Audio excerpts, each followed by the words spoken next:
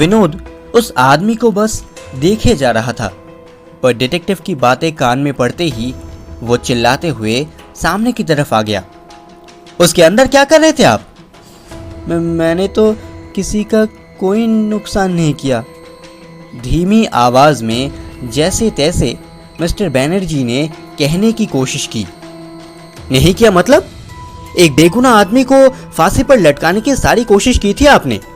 अगर डिटेक्टिव नहीं होते तो आप तो गायब ही हो जाते। मुझे आपकी कोई बात नहीं सुननी। कांस्टेबल, इन्हें नीचे के कमरे में ले जाओ, इंस्पेक्टर विनोद ने कहा। हेलो दोस्तों, मैं हूं आपका दोस्त story teller Raj and welcome back to our channel stories with Raj, जहां मैं आपको कुछ नई और अनोखी कहानियां सुनाता रहता हूं। और आज की कहानी मेरी पिछली कहानी का तीसरा और आखिरी भाग है, जिसका नाम है रहस्यमयी मौत भाग 3। और अगर आप इसके पिछले भागों को देखना चाहते हैं तो इस वीडियो के डिस्क्रिप्शन में आपको उन वीडियोस का लिंक मिल जाएगा। आप वहां से उन वीडियोस को देख सकते हैं। और अगर आपको आज की ये कहानी पसंद आती है तो इस वीडियो को लाइक और शेयर ज़रूर करें, क्योंकि आपका एक लाइक और कमेंट हमें आपके लिए नई नई वीडियोस बनाने में मोटिवेट करता है। और अगर आप कुछ नई और अनोखी कहानियाँ ढूंढने में अपना वक्त बर्बाद नहीं करना चाहते तो हमारे चैनल को सब्सक्राइब करके उस बेल आइकन को प्रेस करना मत भूलिएगा। इससे हमारी हर कहानी की नोटिफिकेशन आप तक सबसे पहले पहुंच जाएगी। तो चलिए आज की कहानी को शुरू करते हैं।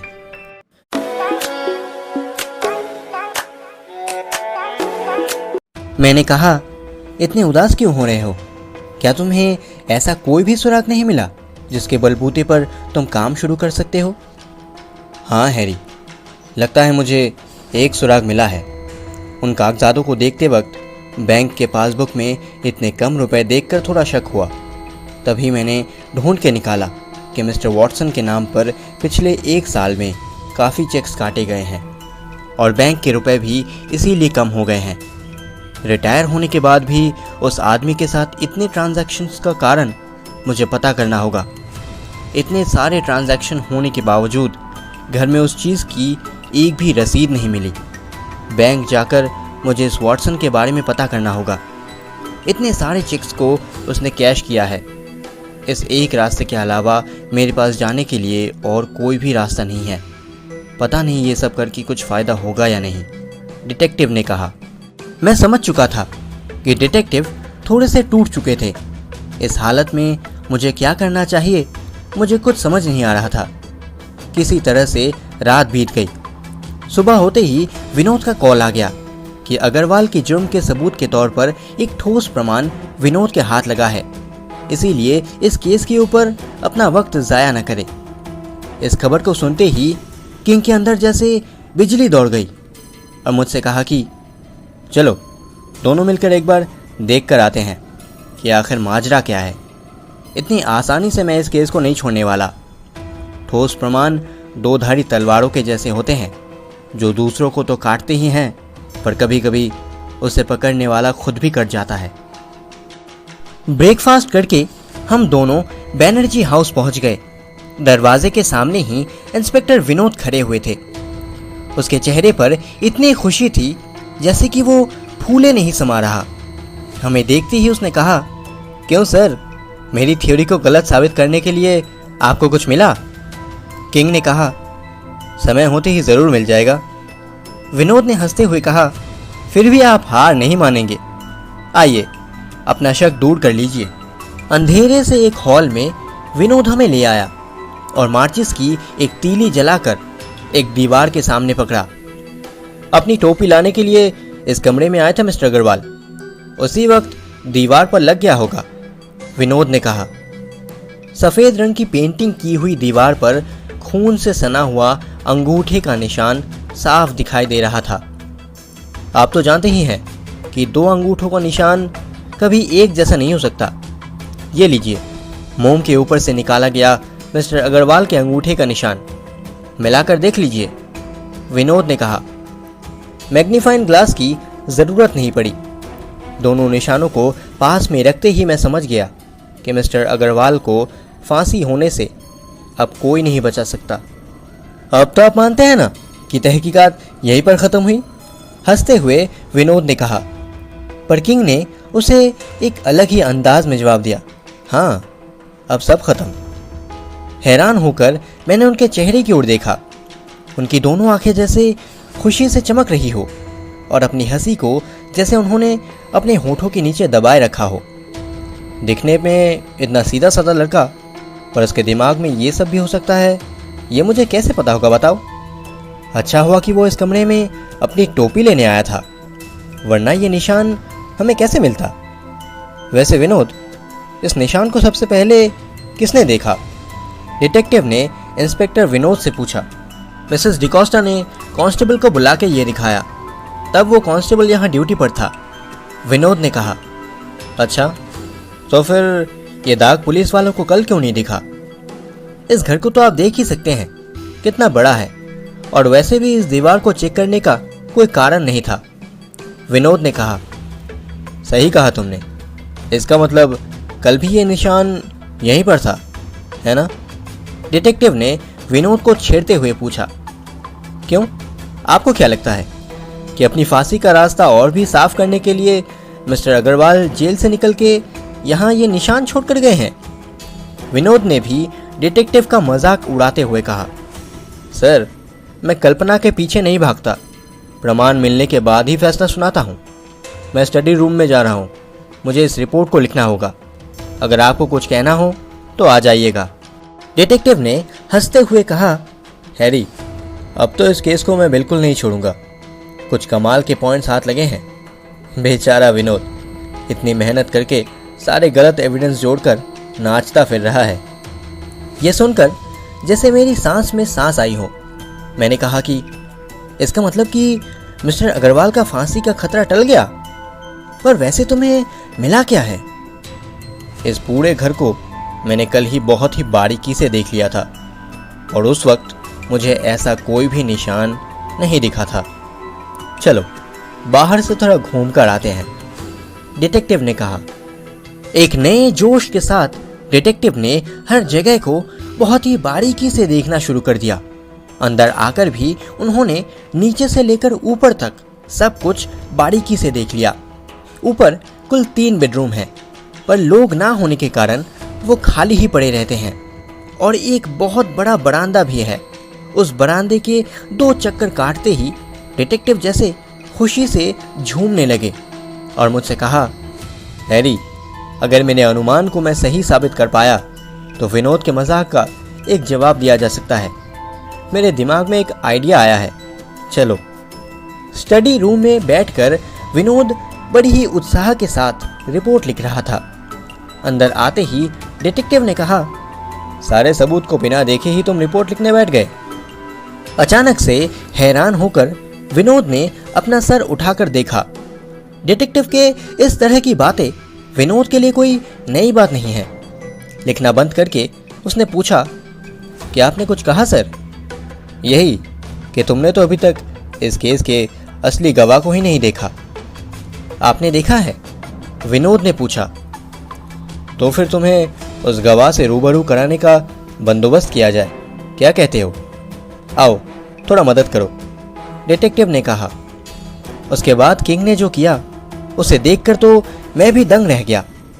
3 कांस्टेबल को बाहर से सूखी घास लाने के लिए कह के वो चले आए ऊपर बेडरूम के बगल वाले बरामदे के आखिर में। मैं और विनोद भी उनके पीछे पीछे चलने लगे।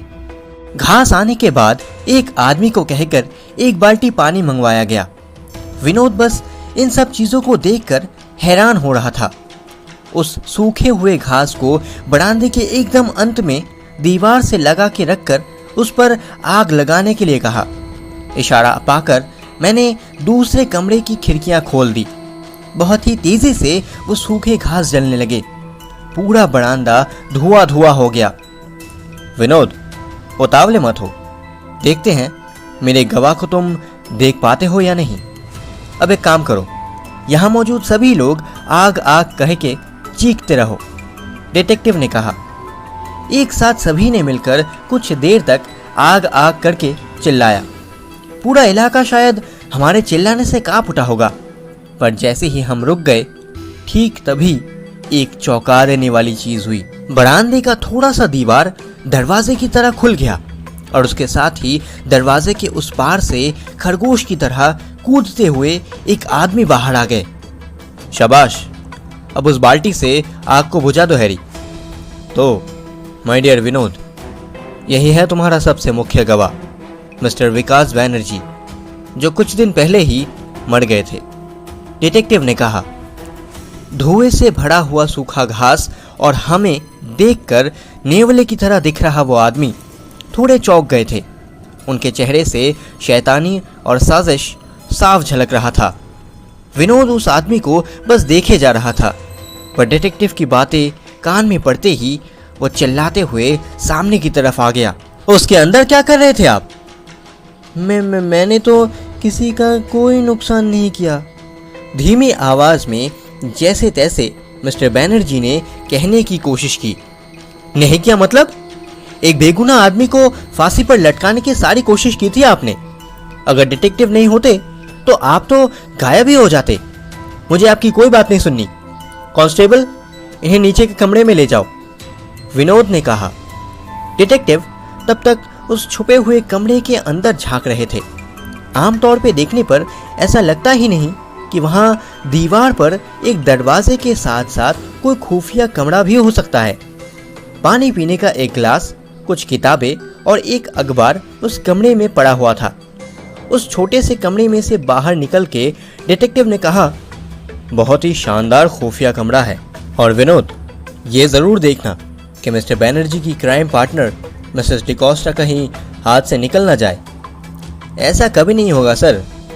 पर एक बात मैं समझ नहीं पा रहा कि आखिर आपको इस खुफिया कमरे के बारे में पता कैसे चला? विनोद ने पूछा। शातिर मिस्टर बैनर्जी शायद इसी घर में हो सकते हैं। इस बात को ध्यान में रखते हुए मैंने इस पूरे बंगले की बहुत ही बारीकी से जांच की थी और कॉरिडोर पर पैर गिनकर चलते समय मुझे कुछ अजीब लगा। मैंने देखा कि ऊपर वाला हिस्सा नीचे वाले से 6 फीट छोटा था। इसीलिए किसी खुफिया जगह का आभास होते मुझे देर नहीं लगी और तभी मुझे अपना प्लान बनाकर सूखे हुए घास में आग लगाकर आग आग कह के चीखना पड़ा और ये सुनकर वो डर गए। उसके बाद उस खुफिया कमरे से बाहर आने के अलावा और रास्ता ही क्या था उनके पास? तुम्हारे उस छोटे से मजाक का जवाब देने के लिए ही मैंने इस छोटे से नाटक का प्लान बनाया, डिटेक्टिव ने कहा। मुझे अपनी सीख मिल गई सर। वैसे वो आदमी इसी बंगले में छुपा हुआ है, ये आपको कैसे पता चला? विनोद ने पूछा। क्यों, जिसे दिखाकर तुम अपनी रिपोर्ट लिखने बैठ गए? अंगूठे का निशान। मुझे पता था कि वो निशान कल वहां नहीं था। छानबीन करते वक्त मैं कोई कसर नहीं छोड़ता विनोद। उस निशान को कल रात को ही वहां लगाया गया था, इस बात पर मुझे कोई शक नहीं था, डिटेक्टिव ने कहा। पर वो निशान उन्होंने लगाया कैसे? विनोद ने पूछा। शातिर मिस्टर बैनर्जी ने नरम मोम के ऊपर मिस्टर अग्रवाल के अंगूठे का निशान ले लिया था। अब ये उन्होंने पहले से प्लान करके किया था या फिर बिना प्लान के किया, ये तो तुम्हें पूछताछ करने पर ही पता चल जाएगा। पर बाद में उस खुफिया कमरे में रहने के दौरान जब उन्हें वो याद आया, तब इस केस को और भी मजबूत बनाने के लिए उन्होंने उस निशान का इस्तेमाल किया। पहले मोम के ऊपर उस अंगूठे के निशान को बना लिया, उसके बाद सेफ्टी पिन के जरिए अपनी उंगली से थोड़ा खून निकालकर उस मोम के फिंगरप्रिंट पर लगाकर खुद ही उस निशान को दीवार पर लगा दिया। या फिर ये सब मिसेस डिकोस्टा ने भी किया हो सकता है। और मुझे लगता है कि उन कागजातों के पहाड़ के बीच में ही तुम्हें वो मोम मिल जाएगा, डिटेक्टिव ने कहा। फैंटास्टिक सर, आपसे बहुत कुछ सीखने को मिला। पर एक बात मुझे समझ नहीं आ रहा कि आखिर उन्होंने ऐसा किया ही क्यों? विनोद ने पूछा। डिटेक्टिव ने हंसते हुए कहा, विनोद, तुमने शुरुआत की थी मिस्टर बैनर्जी के घर से और मैंने शुरुआत की थी मिस्टर अग्रवाल के घर से। वहीं मुझे पता चला था कि विजय की मां ने मिस्टर बैनर्जी के गंदे नीयत की वजह से उनके पर्सनल सेक्रेटरी बनने का ऑफर ठुकरा दिया था और तभी से मिस्टर बैनर्जी उनसे बदला लेना चाहते थे। उन्होंने उम्र भर इस बदले की आग को जला कर रखा था और वो ऐसे ही किसी मौके की तलाश में थे। हाल ही में चोरी छुपे शेयर मार्केट जाने लगे थे, पर वहाँ भी उन्हें कुछ हासिल नहीं हुआ और इसीलिए लेनदारों को चकमा देने के इरादे से वो मिस्टर वॉटसन के नाम पर चेक्स काटने लगे। मुझे पूरा विश्वास है कि ये उनका ही एक बनावटी नाम है। वैसे इस बारे में मैंने कोई छानबीन नहीं की है, पर छानबीन करने पर तुम शायद देखोगे कि छोटे मोटे किसी शहर में उन्होंने ही उसी नाम से उन चेक्स को कैश में तब्दील किया है। और ऐसा भी हो सकता है कि वो वॉटसन बन के कुछ दिन वहाँ रहकर भी आए हो। ऐसे ही सारे पैसे लेकर उन्होंने एक नई शुरुआत करने का प्लान बनाया था। डिटेक्टिव ने कहा। हो सकता है, और इस बात का बहुत सेंस भी बनता है डिटेक्टिव, विनोद ने कहा। पर जाते जाते वो अपना बरसों पुराना बदला लेने का मौका नहीं छोड़ना चाहते थे। अपने बरसों पुराने चहीते असिस्टेंट मैनेजर से कैसे बदला लेंगे वो ऐसे तय किया ताकि पुलिस भी उन पर शक न कर सके और वो भी आसानी से गुमनाम होकर रह सके। इन सारी चीज़ों का एक फुल प्रूफ प्लान बनाया था उन्होंने। लकड़ी के पिरामिड में आग लगाने तक का काम उन्होंने बहुत ही खूबी के साथ किया था। विजय भी इस जाल में पूरा फंस चुका था। कुछ घंटे पहले तक तो मैं भी अपने आप को बहुत ही लाचार महसूस कर रहा था। बचकर निकलने का कोई भी रास्ता मुझे नहीं मिल रहा था। पर इस केस को और भी मजबूत बनाने के चक्कर में मिस्टर बैनर्जी ने कुछ ज़्यादा ही सबूत दे दिए और उसी में सब गड़बड़ हो गया। चलो नीचे चलकर उनसे थोड़ी बातचीत करते हैं, डिटेक्टिव ने कहा। मिस्टर बैनर्जी ग्राउंड फ्लोर के हॉल में बैठे हुए थे और उनके दोनों तरफ 2 कांस्टेबल थे।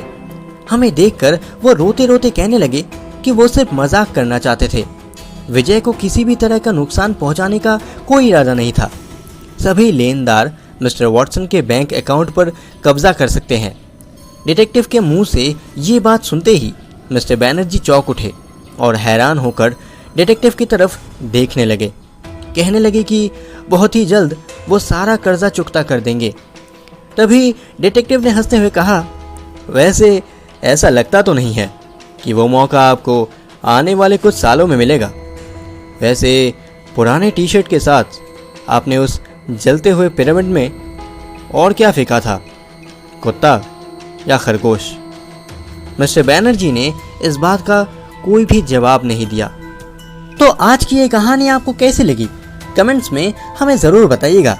और आपको आज की ये कहानी पसंद आई हो तो इस वीडियो को लाइक और शेयर ज़रूर करें।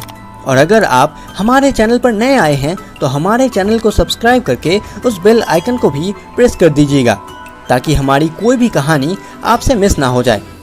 तो आज के लिए बस इतना ही। मैं जल्द ही लौटूंगा एक और अनोखी कहानी लेकर।